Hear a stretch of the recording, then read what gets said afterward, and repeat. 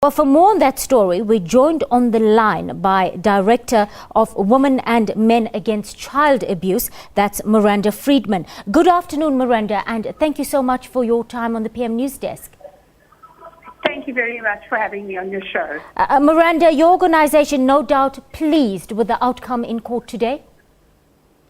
Yes, we are very, very pleased with the outcome in court today, and certainly that on every count that he was charged with, that there was a sentence of 6 years, and that they are running concurrently. We understand that his age must have been a factor that the judge took into account, but what he also said that pleased us was that he said it means that even if you are an older man of 75 as he is, you still cannot escape jail. So he has given him a jail time, a shorter jail time, but we are pleased with the fact that Bob Hewitt will actually be sitting in jail for the crimes that he was charged with, and that is raping 2 girls and sexually assaulting 1. Miranda, this was always going to be, and your organisation did say, a landmark case. And Judge Bert Bam did mention today, I quote, no rapist or violator of children should be able to hide behind his age, unquote. What kind of impact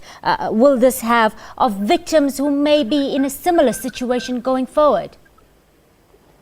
Well, certainly it will encourage many children and families out there who have not spoken up and feel maybe the time has been too long since their sexual assault, and maybe it would not be worth them coming to court and going through the court process. And certainly today, Judge Bam has sent a very strong message, and that is come forward, come report, come to the court, and we will take your case very, very seriously. Anything involving the sexual assault, the mistreatment and the abuse of children is a priority crime, and certainly Judge Bam has put the money where his mouth is.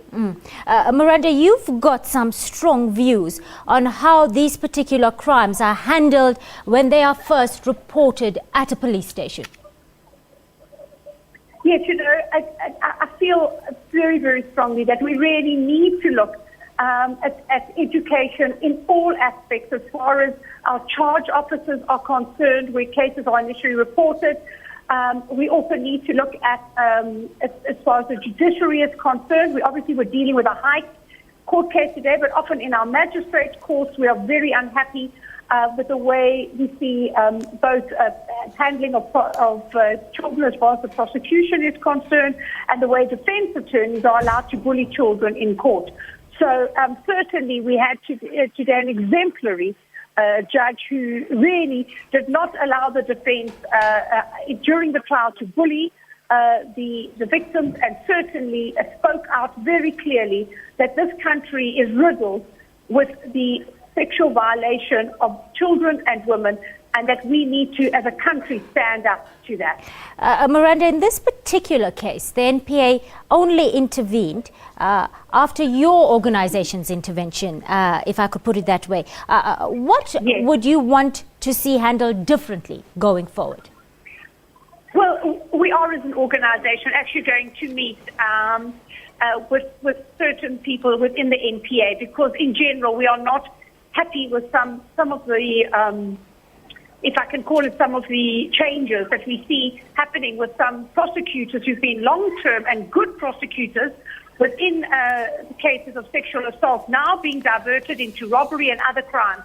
So I have asked for a meeting. I hope that this is granted very soon. Otherwise, we won't even hesitate to go straight to the media, because, quite frankly, right now, this country cannot tolerate any further secondary abuse by justice regarding children. We have to see consistency, and we have to see very harsh penalties when it comes to the sexual violation and abuse of children. Miranda Friedman is the Director of Women and Men Against Child Abuse. Thank you for your time on the PM News.